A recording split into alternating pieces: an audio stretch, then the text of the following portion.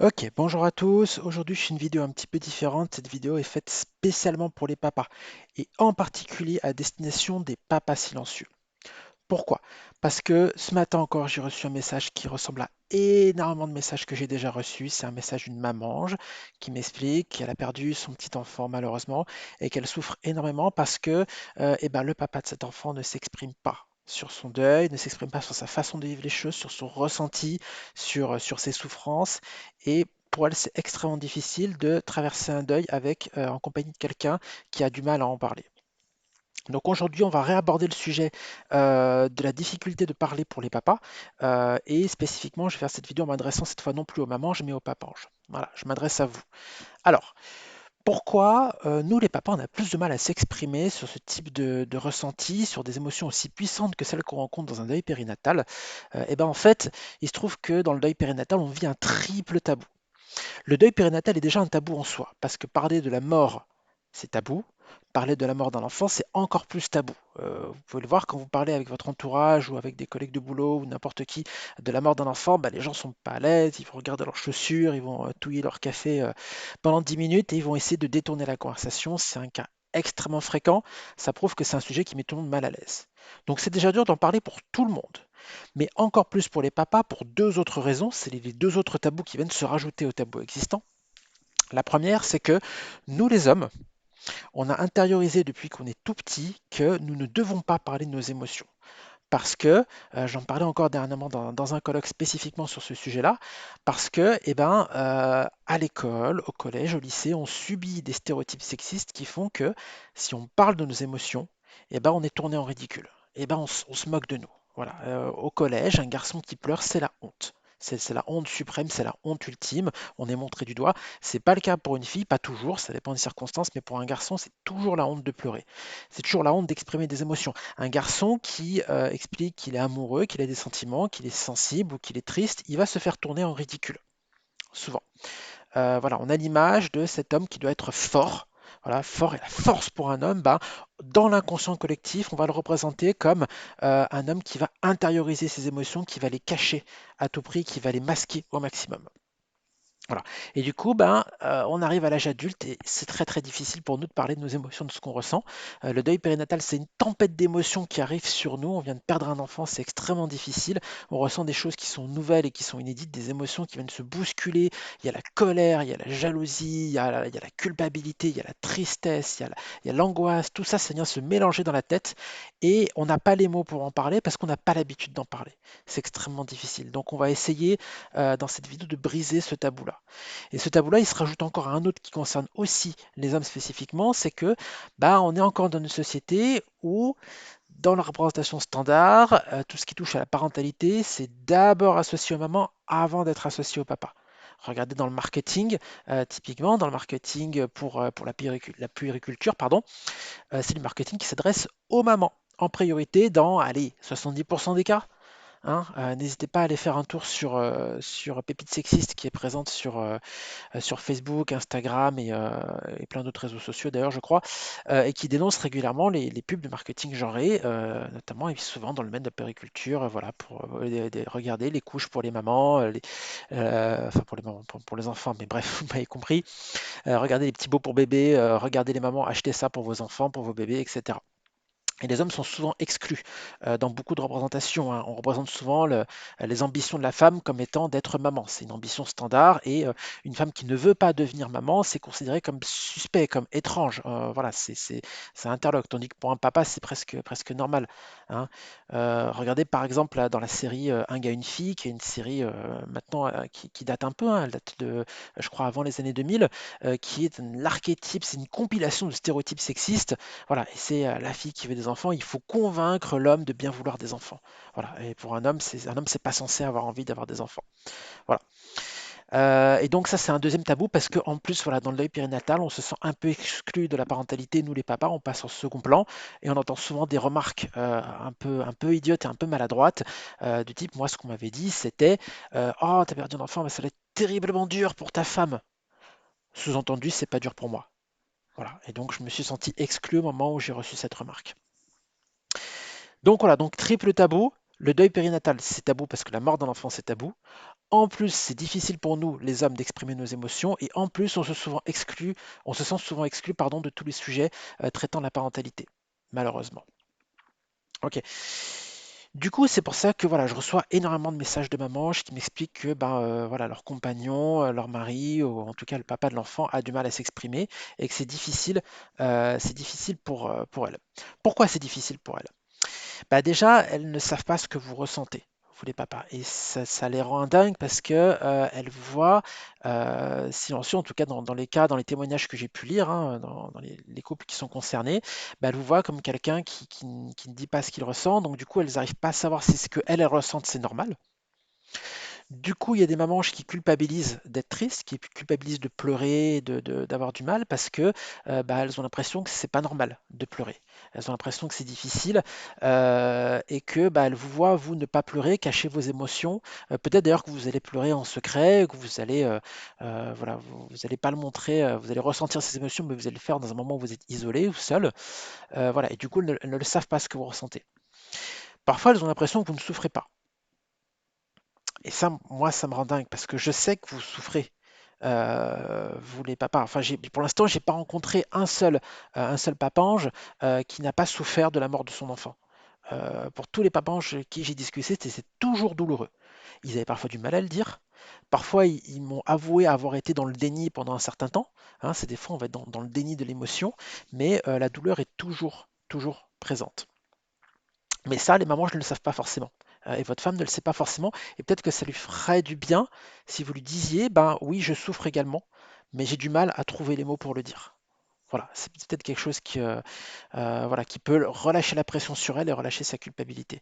Et peut-être qu'elle a besoin de savoir ce que vous ressentez, si vous ressentez de la colère, de la culpabilité, de la jalousie, ça peut être plein de choses, hein. J'ai fait des vidéos sur les émotions également pour expliquer tout le panel d'émotions incroyables qu'on peut ressentir dans le deuil périnatal. On passe par plein d'étapes entre lesquelles on fait des va-et-vient. Des fois, on va être très en colère peut-être contre un médecin ou contre les gens qui sont insouciants. Des fois, on va peut-être être jaloux des familles qui n'ont pas perdu un enfant. Des fois, on va être juste triste et effondré, dépressif. Voilà. Donc, c'est difficile. Le fait que vous restiez silencieux, c'est difficile déjà pour votre compagne. Et ça peut également avoir des conséquences pour vous. Malheureusement, parce que je l'ai parfois observé. Alors, ça ne concerne pas tout le monde, bien évidemment, hein. Là, je parle de généralité que j'ai pu observer sur les différents témoignages, mais c'est des cas qui ressortent assez fréquemment. Le processus de deuil, c'est une forme de cicatrisation. Voilà, c'est qu'on a reçu une blessure terrible de la mort de son enfant, et le processus de deuil, c'est la façon qu'a le cerveau d'enclencher une cicatrisation progressive, et c'est ce qui fait que sur le long terme, vous allez réussir à aller mieux, vous allez réussir à sortir la tête de l'eau. Voilà. Mais ce processus de cicatrisation, pour qu'il s'enclenche, il faut se confronter aux émotions qui le composent. Voilà. C'est difficile, par exemple, d'affronter, je sais pas, par exemple, la colère qui peut résulter qui peut surgir dans le processus de deuil si on n'affronte pas cette colère. Si on reste dans le déni, qu'on reste en permanence comme ça, dans le contrôle de ses émotions en permanence, on n'apprend pas à les contrôler. Et moi, je le vois des fois parce que j'ai souvent des témoignages de papas qui vont exploser après plusieurs années. C'est-à-dire qu'ils m'écrivent et puis ils me sortent tout un pavé de textes interminables dans lesquels ils expliquent tout ce qu'ils ressentent et ils vont me dire bah, ça fait 3 ans. Ça fait 3 ans que mon fils, ma fille est morte et j'ai jamais réussi à en parler, j'ai jamais réussi à l'exprimer. Et du coup, ben, voilà, quand ils explosent, il y a toutes les émotions qui ressortent en même temps dans tous les sens. Voilà, et ils sont complètement effondrés parce qu'ils n'arrivent pas à gérer toutes ces émotions dont ils parlent pour la première fois, parce qu'ils ont été dans le contrôle, dans la retenue.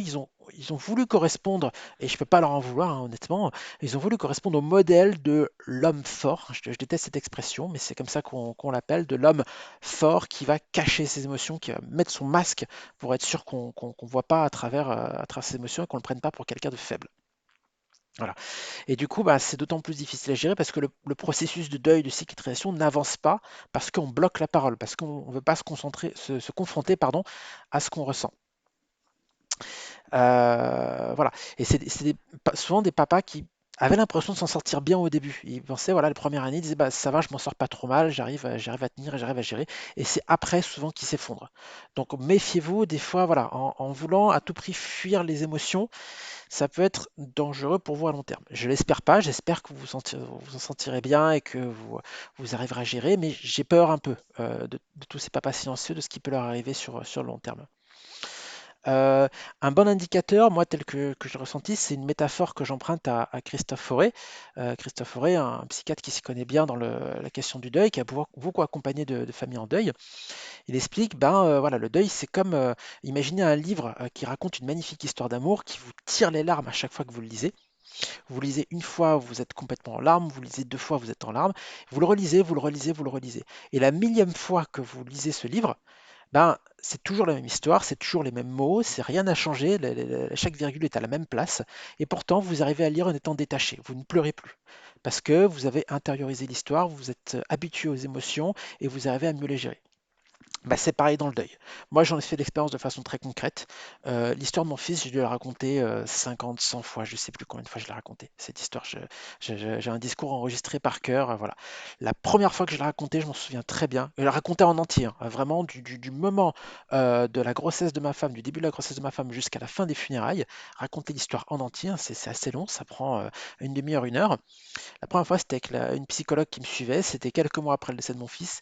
Je lui ai vidé sa boîte de mouchoirs. J'ai pleuré du début à la fin. J'étais incapable de raconter le moindre morceau de cette histoire sans pleurer complètement.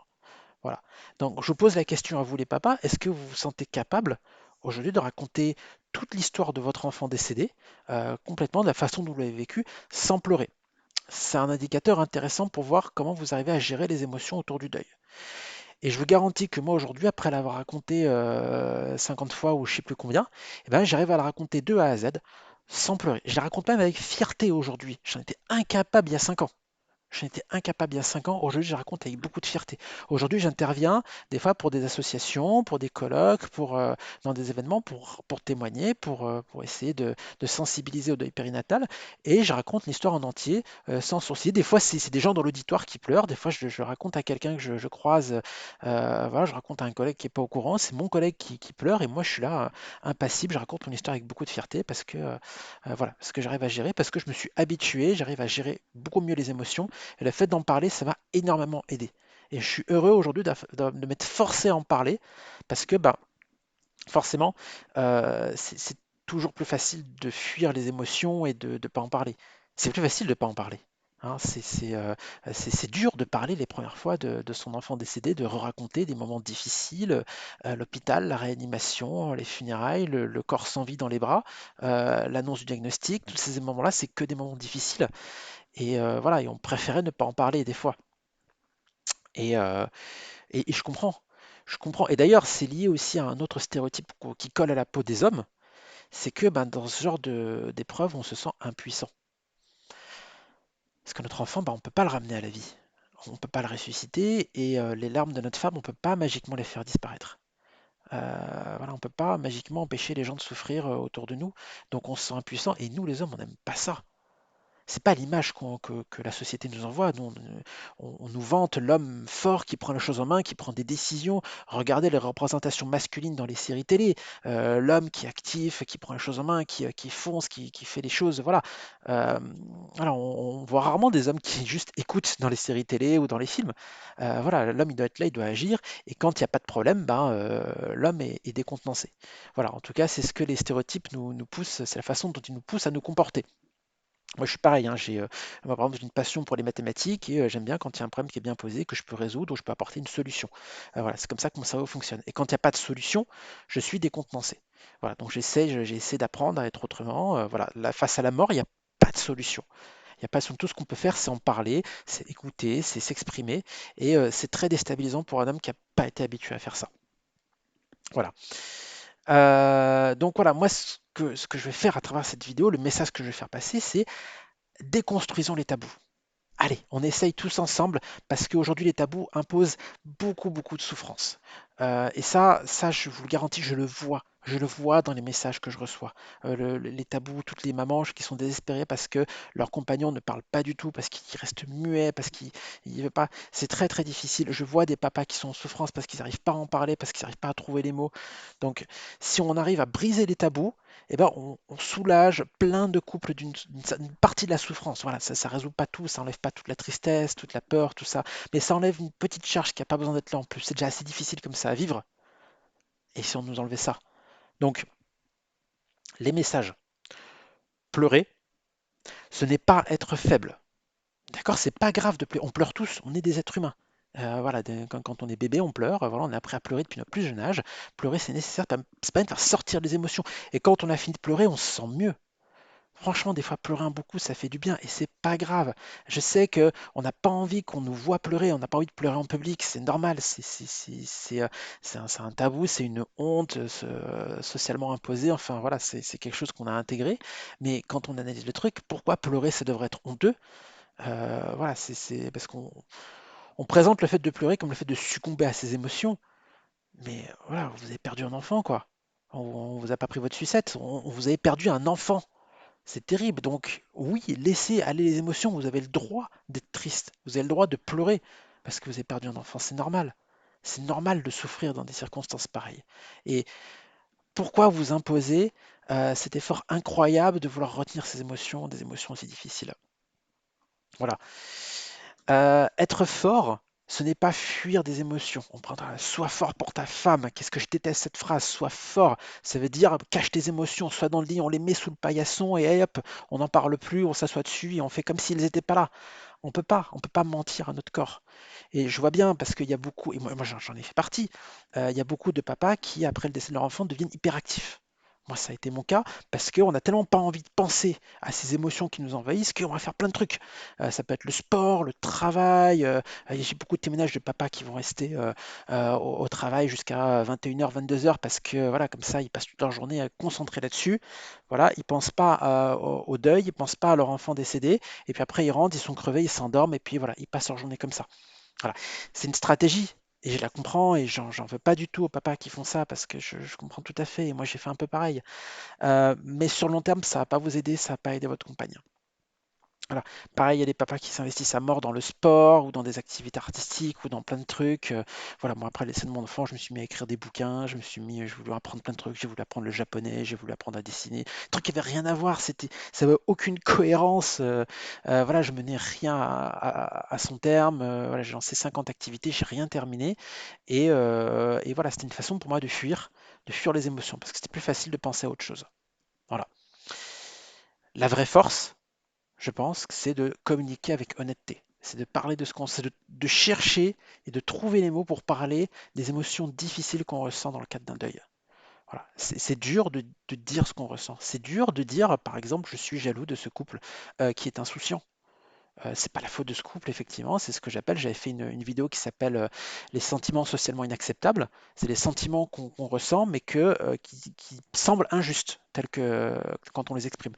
Être jaloux d'un couple qui n'a pas perdu d'enfant, c'est injuste, effectivement, donc c'est pas socialement acceptable, mais on le ressent malgré nous. C'est pas notre faute si on le ressent, ça s'impose à nous. Je vois un papa heureux dans la rue. Bah, il y a 5 ans, quand je viens de perdre mon enfant, le fait de voir un papa heureux dans la rue, c'était très dur pour moi. Et j'étais en colère contre ce papa.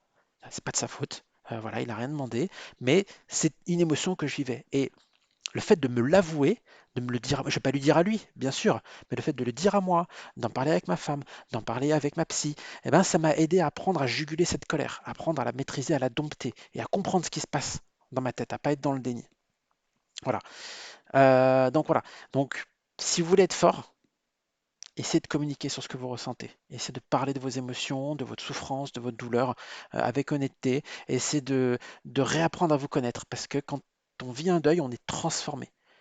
Moi, je suis pas du tout le Yannick d'aujourd'hui, il n'a rien à voir avec le Yannick de 2014. Voilà, avant le décès de mon fils. Mon fils est né et décédé en 2015. Voilà, je suis complètement transformé et j'ai dû réapprendre à me connaître. La façon dont mon cerveau fonctionne est différente aujourd'hui d'à l'époque. J'ai pas les mêmes réflexes, j'ai pas les mêmes réactions émotionnelles, j'ai pas la même façon de voir le monde. Tout a changé, donc j'ai dû réapprendre à me connaître. Voilà. Et c'est un exercice utile pour réussir à survivre à cette épreuve extrêmement difficile. Alors, en parler comment? Vous pouvez en parler dans votre entourage proche, avec votre femme pour commencer, hein, c'est la première concernée. Si vous y arrivez, des fois ça peut être difficile pour plein de raisons, mais c'est la première qui a envie d'en entendre parler. Après, c'est pas la seule à qui vous pouvez parler. Vous pouvez aller dans des groupes de parole pour parler avec d'autres parents endeuillés. Alors, vous pouvez trouver des groupes avec que des papas si vous préférez être entre hommes, ou des groupes mixtes, hein, ça marche très bien aussi. Mais c'est des gens qui vont vous comprendre parce qu'ils ont vécu la même chose que vous. Et donc, voilà, c'est des gens avec qui c'est facile de discuter. Vous pouvez le voir sur les réseaux sociaux. Souvent, on va exprimer des choses taboues dans des groupes de parents parce qu'on sait qu'on sera compris. Voilà. Là, jusqu'à présent, quand je discute sur ma page Facebook que je recolle de témoignages, on se comprend tous, hein. Honnêtement, là, ça va faire combien? Ça va faire 3-4 ans que ma page existe. Voilà, en 3-4 ans, il y a vraiment une personne qui est venue troller et que j'ai dû bannir de ma page parce qu'elle avait des propos qui étaient inacceptables. Mais sinon, avec tous les autres, mes 3000 abonnés et tous les gens avec qui j'interagissais, qui ne sont pas abonnés à ma page, eh ben, on s'est toujours compris entre nous. Voilà, parce que quand on a perdu un enfant, on arrive à se comprendre. Vous pouvez parler à des psychologues. Les psychologues, c'est des professionnels. Alors, déconstruisons les tabous, hein. Les psychologues, c'est pas que pour les fous. Alors oui, les psychologues qui vont aider les gens qui sont atteints de maladies mentales, c'est vrai. Mais les psychologues, c'est avant tout et dans 99% des cas pour des gens qui ne sont pas atteints de maladies mentales. Voilà, ma femme est psychologue. Voilà, elle travaille avec des gens qui sont pas fous et des gens qui ont juste besoin d'aide à un moment donné, qui ont besoin d'un peu d'aide ou de beaucoup d'aide. Ça peut être quelques séances comme ça ou une thérapie plus longue. Voilà, donc voir des psychologues quand on se sent pas bien, ça peut faire beaucoup de bien. Ou même quand on n'est pas sûr, quand on sait pas trop, on est un peu perdu, quand on a des difficultés de couple, voilà, avoir un psychologue ou une psychologue, ça peut aider à faire le point sur ce qu'on ressent. Ça peut aider à débloquer la parole quand c'est difficile de trouver quelqu'un avec qui en parler. Et pour finir, bah, si vous ne savez pas avec qui en parler, vous pouvez en parler avec moi si vous voulez. Voilà, vous allez sur ma page Facebook, Yannick Papanche, vous m'envoyez un message. J'essaye, dans la mesure du possible, de répondre à tous mes messages. Voilà, j'essaie d'être disponible autant que possible. Voilà, mais moi, je suis là pour vous accompagner. Il y a pas de questions idiotes, il n'y a pas de témoignages idiots. Voilà, tous les témoignages ont une valeur. Et si vous ne vous sentez pas bien, si votre femme se sent pas bien, que vous ne savez pas comment lui parler, vous ne savez pas comment faire, même si vous vous sentez bien, bah, vous pouvez m'écrire, on peut en discuter, hein. Ça coûte rien de discuter après tout. Voilà, et je peux, dans mes maigres moyens, dans la mesure de mes maigres moyens, essayer de vous aider à comprendre et de voilà, vous accompagner dans ce chemin difficile. Voilà. Un deuil périnatal, c'est dur. C'est la pire des choses qui puissent arriver à des parents. C'est vraiment l'épreuve la plus difficile. Donc voilà, ne restez pas tout seul sans aide, sans ressources. Vous ne gagnez rien. Il n'y a pas de fierté à gagner à s'en sortir tout seul, à rester solitaire. Voilà, vous êtes au moins deux dans cette épreuve. Voilà, bon, pas toujours parce qu'il y a des cas compliqués. Malheureusement, il y a des fois où le conjoint ou la conjointe est parti ou est décédé également. Donc voilà, il y a des cas particuliers. Mais voilà, si vous avez votre conjoint, votre conjointe, essayez d'en parler avec lui ou elle, essayez d'en parler avec d'autres personnes, avec groupe de parole, psychologue, moi, n'hésitez pas, ça vous aidera, je pense. Voilà.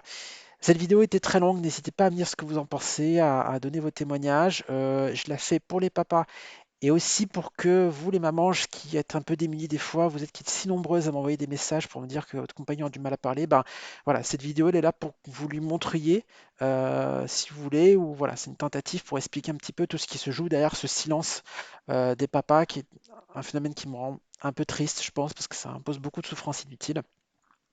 Voilà, n'hésitez pas à partager, à liker et à donner vos retours en commentaire. Vous pouvez vous abonner à ma chaîne YouTube, voilà, Yannick Papange sur YouTube, ou à la page Facebook d'ailleurs à la page Facebook Yannick Papange. Voilà, si vous voulez m'envoyer un message, participer dans les commentaires ou autre. Je vous souhaite beaucoup de courage, j'envoie plein de bisous dans les étoiles à vos petits enfants décédés. Voilà, courage à vous et à très bientôt.